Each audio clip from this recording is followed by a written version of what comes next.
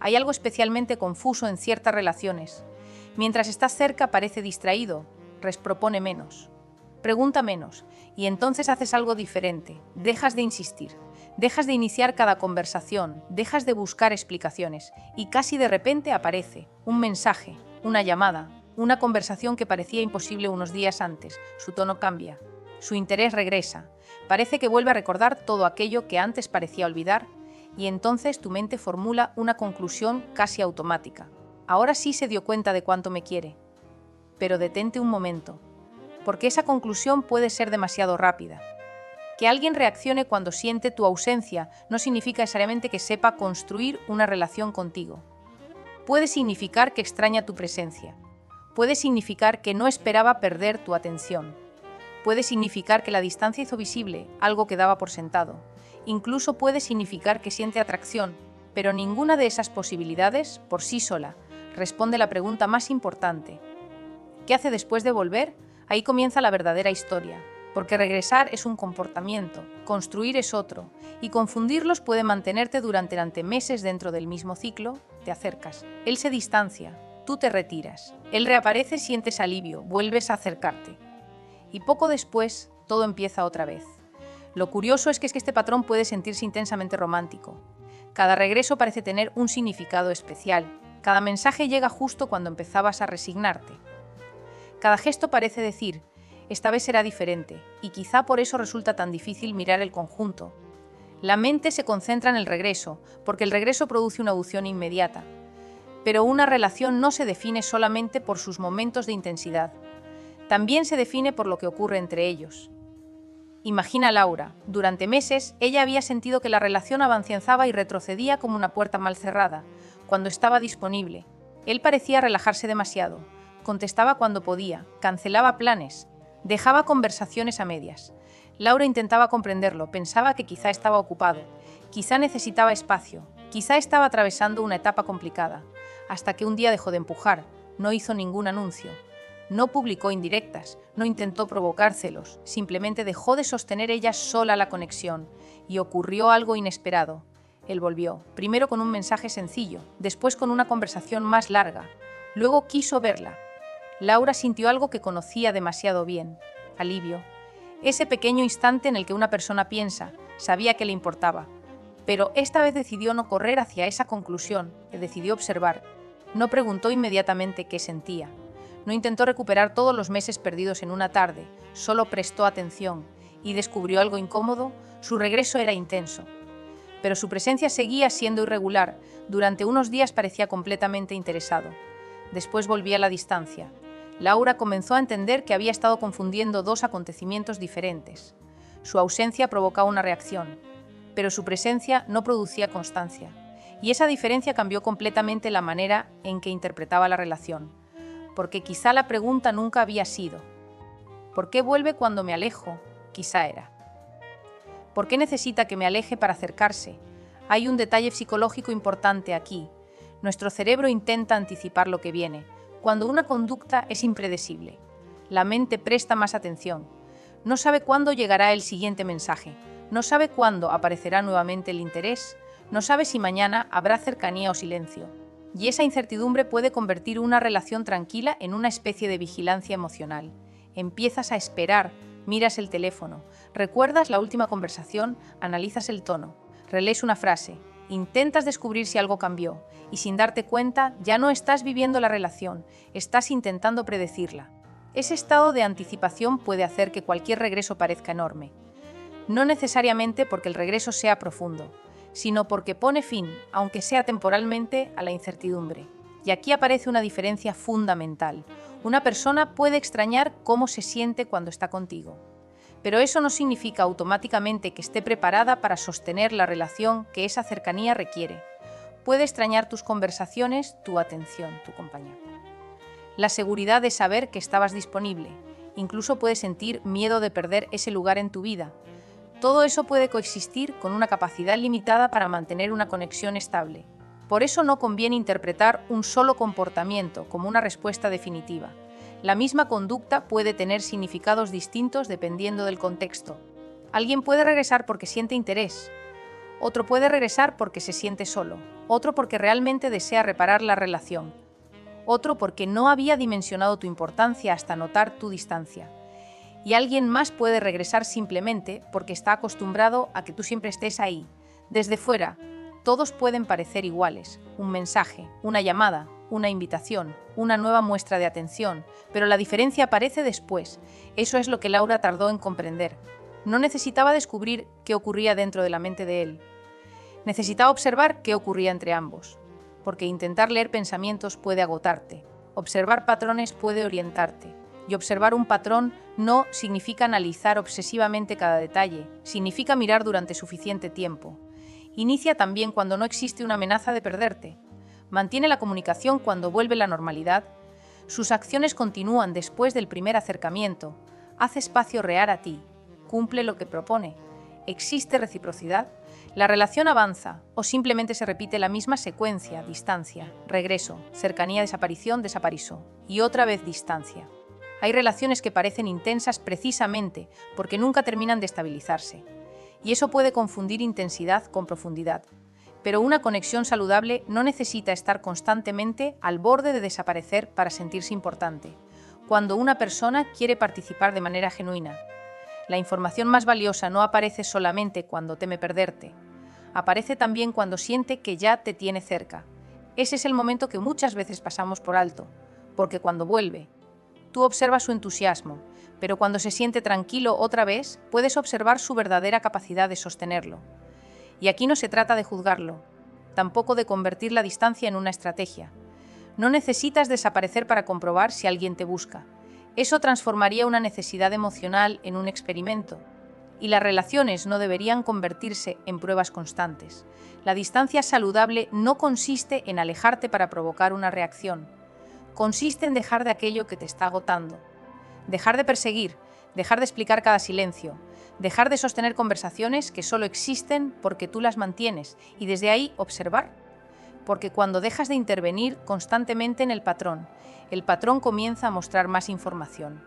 No porque estés manipulando la situación, sino porque ya no estás cubriendo con tu esfuerzo lo que la otra persona no está aportando. Y quizá entonces aparezca una verdad mucho más útil que cualquier declaración. Puede volver, puede buscarte, puede mostrar interés, pero la pregunta decisiva permanece. Puede quedarse, porque alguien es reaccionar ante tu ausencia, aún así no saber cómo participar en tu presencia. Puede sentir tu falta y no tener la madurez emocional necesaria para construir contigo. Puede desear recuperar la cercanía sin estar preparado para sostener aquello que recupera. Y entender esto no significa volverte fría. Significa dejar de utilizar cada regreso como prueba de un sentimiento que todavía no conoces. La próxima vez que alguien reaparezca después de haberse alejado, quizá no necesites preguntarte inmediatamente: ¿qué siente por mí? Puedes hacerte una pregunta más poderosa: ¿qué está haciendo con esta nueva oportunidad de acercarse? Porque ahí comienza a aparecer la diferencia entre una reacción emocional y una intención sostenida. Y eso nos lleva a una parte todavía más profunda. Porque a veces no sufrimos solamente por su distancia, sufrimos por lo que su regreso despierta dentro de nosotros. Hay regresos que llegan justo cuando estabas empezando a soltar, y por eso pueden sentirse mucho más importantes de lo que realmente son, no porque sean falsos, sino porque aparecen después de un periodo de incertidumbre. Durante los días de distancia, tu mente intenta completar una historia que no conoce. Quizá ya no le importo, quizá conoció a alguien, quizá hice algo mal, quizá esto terminó. Entonces llega un mensaje, y durante unos minutos todo parece cambiar, la tensión disminuye, la duda pierde fuerza, y aparece una sensación parecida a recuperar algo que creías perdido. Pero observa lo que acaba de suceder. Su mensaje no necesariamente solucionó la relación. Primero solucionó tu incertidumbre. Y esas dos cosas no son iguales, cuando no sabemos qué está ocurriendo. Nuestra mente busca señales que permitan anticipar el siguiente movimiento. Por eso, una pequeña muestra de atención puede adquirir un significado enorme. Un ¿cómo estás? Puede sentirse como una declaración. Una llamada inesperada puede parecer una confirmación. Una invitación puede despertar nuevamente todas las posibilidades que habías intentado cerrar. El problema aparece cuando confundimos el alivio emocional con evidencia. Sentirte mejor después de recibir su mensaje no demuestra que la relación haya cambiado. Demuestra que la incertidumbre disminuyó. Y quizá esto explique algo que muchas personas viven sin comprenderlo. ¿Por qué un mensaje de alguien distante puede producir tanta emoción? Porque no está reaccionando únicamente al mensaje. Está reaccionando a todo lo que ese mensaje parece prometer. Promete que todavía existe una conexión. Promete que quizá no te perdió. Promete que tal vez esta vez será diferente. Y cuando existe una historia emocional previa, esas posibilidades pesan mucho. Aquí entra otro elemento importante: la memoria emocional. No recordamos todas nuestras experiencias con la misma intensidad. Algunos momentos quedan asociados a emociones fuertes. Una conversación que te hizo sentir comprendida. Una tarde en la que todo parecía sencillo. Una frase que llegó justo cuando necesitabas escucharla. Una mirada, una llamada inesperada, un momento de cercanía, cuando la persona vuelve. Esos recuerdos pueden activarse nuevamente. Y entonces no solamente estás viendo a la persona que tienes delante, también estás sintiendo fragmentos de lo que viviste anteriormente. Eso puede hacer que el presente parezca más prometedor de lo que realmente sabemos. No significa que tus recuerdos sean falsos. Significa que recordar una etapa bonita no demuestra que la dinámica actual siga siendo la misma. Y aquí quiero detenerme en algo, porque esto no ocurre únicamente en las relaciones románticas. También puede aparecer en una amistad. Piensa en Andrés. Durante años tuvo un amigo con quien compartía prácticamente todo. Se escribían constantemente. Había confianza. Había bromas internas. Había conversaciones que podían durar horas. Pero con el tiempo, el contacto comenzó a desaparecer. Andrés intentaba mantenerlo. Proponía mensajes. Preguntaba cómo estaba. La respuesta siempre llegaba tarde. A veces no llegaba. Después de varias semanas, Andrés dejó de insistir. No estaba intentando provocar una reacción, simplemente se cansó.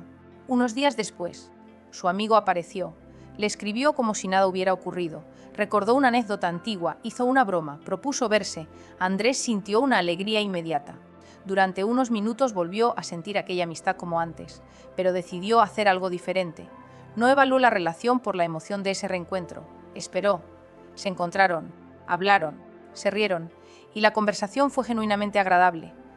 Pero durante las semanas siguientes, Andrés observó algo. La iniciativa volvió a desaparecer. Su amigo seguía apareciendo cuando sentía distancia, pero rara vez participaba cuando la amistad estaba disponible sin esfuerzo. Entonces Andrés comprendió algo que no había querido aceptar. La intensidad de un reencuentro puede ser real. La calidad de una relación también puede ser real, pero una experiencia intensa no garantiza una relación consistente. Y esa diferencia puede ahorrarte mucho sufrimiento, porque cuando alguien reaparece, es natural querer recuperar inmediatamente la versión más bonita de la relación. Quieres volver al punto anterior. Quieres que la conversación continúe. Quieres sentir nuevamente aquella cercanía, pero una parte de la madurez emocional consiste en permitir que el presente se presente como es, sin obligarlo a parecerse al pasado, sin convertir un momento agradable en una promesa, sin exigirle a una sola conversación que repare meses de distancia. Quizá te haya ocurrido. Alguien vuelve y de repente recuerdas todo lo bueno, te olvidas de lo que te estaba agotando. El último silencio parece menos importante, las conversaciones inconclusas pierden peso, la esperanza ocupa todo el espacio. Eso ocurre porque la emoción reciente puede dominar nuestra percepción del conjunto. Y aquí la regulación emocional se vuelve fundamental.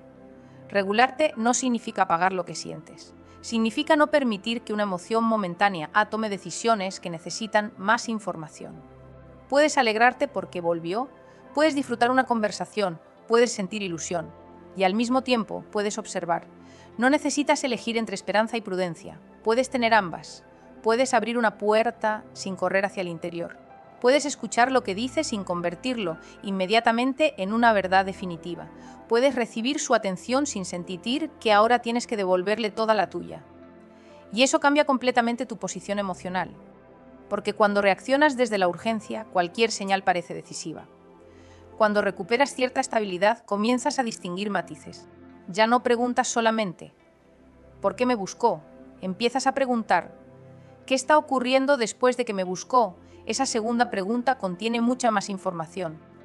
Porque una persona puede volver con entusiasmo y desaparecer después.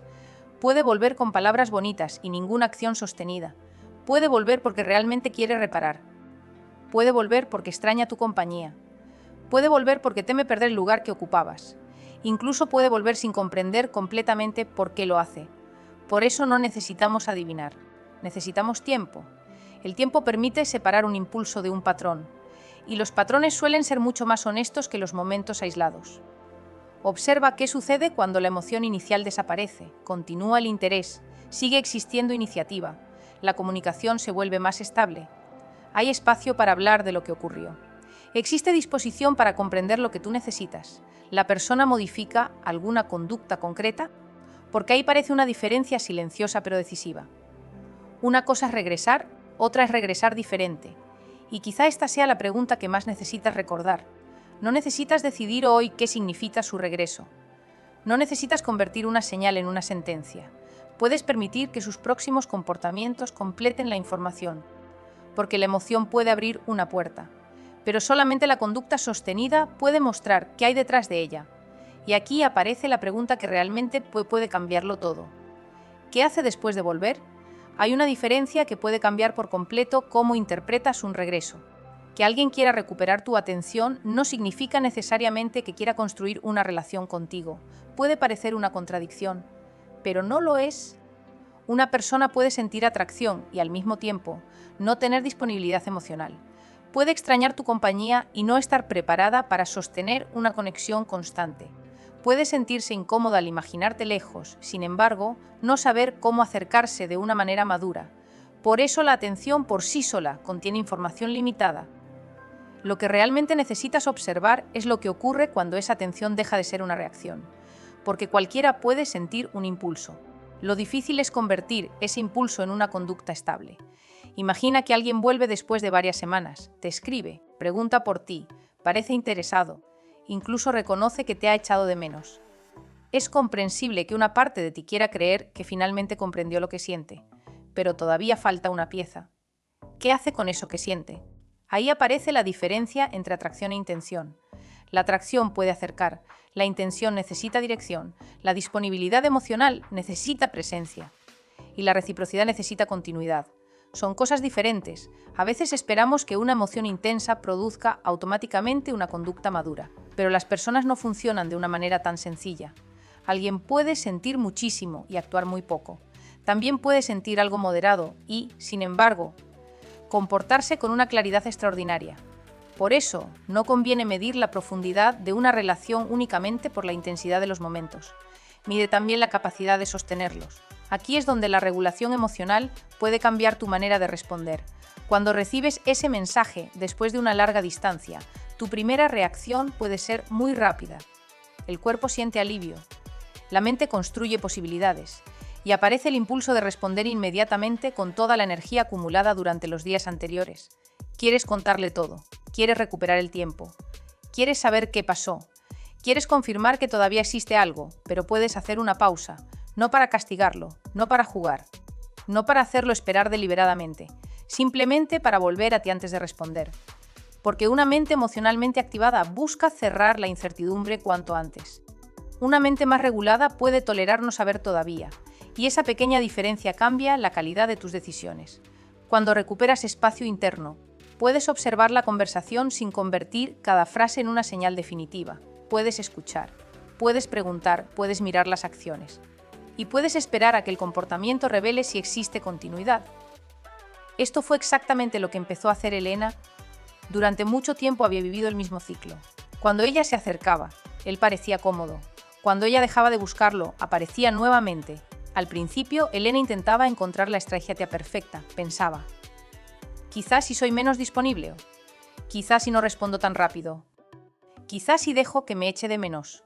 Pero un día se cansó de pensar en cómo provocar una reacción y comenzó a observar algo mucho más sencillo. Cada vez que él volvía, ¿qué sucedía después? La primera vez que lo hizo, hablaron durante horas. Parecía diferente. La segunda semana, volvió a escribir. Elena pensó que quizá finalmente estaba avanzando. Pero cuando llegó el momento de concretar un encuentro, aparecieron las excusas. Después volvió a desaparecer. Semanas más tarde regresó otra vez. Elena ya no estaba intentando descifrarlo. Estaba registrando el patrón. Observó que las palabras eran cálidas. La iniciativa era irregular. Las promesas eran agradables. La continuidad era débil. El interés aparecía con fuerza cuando existía distancia, pero disminuía cuando la cercanía volvía a estar garantizada. Y entonces comprendió algo incómodo. Había estado evaluando cada regreso con un acontecimiento independiente, pero los regresos tenían una historia. No podía entender el último mensaje sin mirar los anteriores. No podía interpretar una semana de atención ignorando los meses de inconsistencia. No podía convertir una conversación emocionante en evidencia suficiente para borrar todo lo demás. Y esa observación le permitió dejar de preguntarse: ¿cómo consigo que vuelva? La pregunta comenzó a ser otra: ¿qué tipo de relación aparece cuando deja de tener miedo de perderme? Esa pregunta es mucho más poderosa, porque elimina la necesidad de provocar. No tienes que desaparecer para comprobar si alguien te busca. Tampoco tienes que mantenerte disponible para demostrar cuánto te importa. Puedes simplemente observar cómo participa esa persona cuando ninguno de los dos está intentando controlar el resultado. Ahí comienza a verse la reciprocidad. La reciprocidad no significa que ambos hagan exactamente lo mismo. Significa que el esfuerzo no depende constantemente de una sola persona. Una relación puede atravesar etapas difíciles. Puede haber periodos de estrés, cambios laborales, problemas familiares, procesos personales. Una disminución temporal de comunicación no demuestra automáticamente falta de interés. Por eso observar el patrón requiere contexto. No se trata de contar mensajes, ni de medir cuántas horas tarda en responder, ni de interpretar cada cambio de tono. Se trata de mirar el comportamiento completo. Si existe una dificultad real, puede comunicarla. Si necesita espacio, puede expresarlo. Si vuelve, puede explicar qué ocurrió. Si quiere acercarse, hace algo concreto para sostener esa cercanía. La madurez emocional aparece precisamente ahí. No consiste en sentir siempre lo correcto. Consiste en poder relacionarse con lo que sentimos sin convertirlo en confusión para otra persona. Y eso también te incluye a ti. Porque quizá tú estés esperando que alguien se defina mientras tú misma estás reaccionando desde el miedo. Cada silencio te activa, cada mensaje te tranquiliza, cada regreso te devuelve esperanza. Cada distancia te hace dudar de tu valor. Cuando eso sucede, el problema deja de ser solamente lo que hace la otra persona. También importa lo que su comportamiento está provocando dentro de ti. Tu estabilidad no debería depender por completo de la frecuencia con la que alguien aparece. Y esto no significa que debas volverte indiferente. Significa que puedes sentir sin perseguir. Puedes querer sin perderte. Puedes estar abierta a una conversación sin convertirla en una obligación de reconstruir la relación. Porque una persona emocionalmente disponible no necesita ser perfecta, necesita poder participar, necesita poder comunicar, necesita poder sostener cierta continuidad. Y necesita mostrar con hechos que la conexión no existe solamente cuando siente que está a punto de perderla. Aquí aparece una distinción todavía más importante. No preguntes únicamente: ¿me extraña? Pregunta también: ¿o qué hace con el hecho de extrañarme? Porque extrañar es una experiencia emocional. Construir es una decisión expresada mediante conductas. Alguien puede extrañarte profundamente y aún así no saber ofrecerte la relación que necesitas. Eso puede doler, pero también puede liberarte, porque ya no necesitas demostrar que eres suficientemente especial para que alguien cambie. No necesitas convencer a una persona de participar. No necesitas convertir tu ausencia en una herramienta para obtener atención.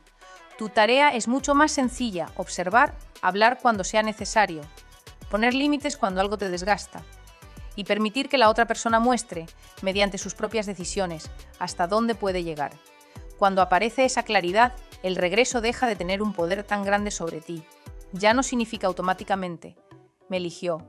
Puede significar simplemente: ha vuelto, y ahora falta descubrir qué hará con su regreso. ¿Se quedará? ¿Será consistente? ¿Tomará iniciativa? ¿Creará espacio? ¿Intentará reparar lo que ocurrió? ¿O volverá a desaparecer cuando la sensación de perderte desaparezca? Esas respuestas no necesitan ser adivinadas. Necesitan ser observadas, y quizá aquí encuentres una de las formas profundas de recuperar tu equilibrio. No intentando controlar cuánto te busca, sino dejando de medir tu valor por cuánto tarda en hacerlo. Porque alguien puede buscarte mucho y no saber cuidarte, puede buscarte poco y estar atravesando una circunstancia temporal. Puede buscarte intensamente y no tener capacidad para construir. Por eso el comportamiento aislado nunca cuenta toda la historia.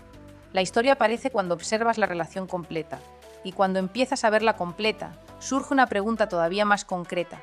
Después de que vuelve, ¿cómo se comporta cuando ya no teme perderte? Porque ahí es donde la atención deja de ser una reacción y empieza a convertirse, o no, en una verdadera forma de participación. La verdadera información no está solamente en que vuelva, está en lo que hace después de volver, porque volver puede ser una reacción. Permanecer y construir es algo diferente. Cuando alguien reaparece es fácil fijarse en una sola cosa. Pero una relación no se entiende por el momento en que alguien regresa. ¿Se entiende por lo que ocurre después? Porque el regreso puede ser emocionante. La continuidad es mucho más reveladora. Y aquí conviene hacer algo importante. Y aquí hay otro elemento que muchas personas pasan por alto: la reciprocidad. Una relación no necesita tener un equilibrio matemático. No es necesario que ambos escriban exactamente el mismo número de veces, ni que cada iniciativa sea idéntica. La reciprocidad es más profunda. Significa que ambos participan, que ambos aportan, que ambos tienen algún interés en mantener viva la conexión. Que no existe una persona permanentemente empujando y otra permanentemente decidiendo cuándo acercarse. Porque cuando tú sostienes toda la estructura, puede parecer que existe una relación, pero quizá exista solamente tu esfuerzo manteniéndola en pie. Eso fue lo que descubrió Clara con una amistad que había cambiado lentamente. Durante mucho tiempo, su amiga desaparecía durante semanas. Después reaparecía con enorme entusiasmo. Tenemos que ponernos al día. Te extraño muchísimo. Tenemos que recuperar el tiempo. Clara siempre aceptaba, y cada reencuentro era agradable, hasta que comenzó a observar qué ocurría después. La conversación terminaba, los planes no continuaban, las semanas pasaban, y nuevamente desaparecía. Clara había interpretado cada reencuentro como una señal de cuánto significaba aquella amistad. Pero un día comprendió algo más preciso. Su amiga podía disfrutar profundamente de su compañía, podía sentir cariño, podía extrañarla, y aún así no tener la misma disposición para participar regularmente en la amistad. No era necesario convertirla en una mala persona, tampoco negar todo lo vivido.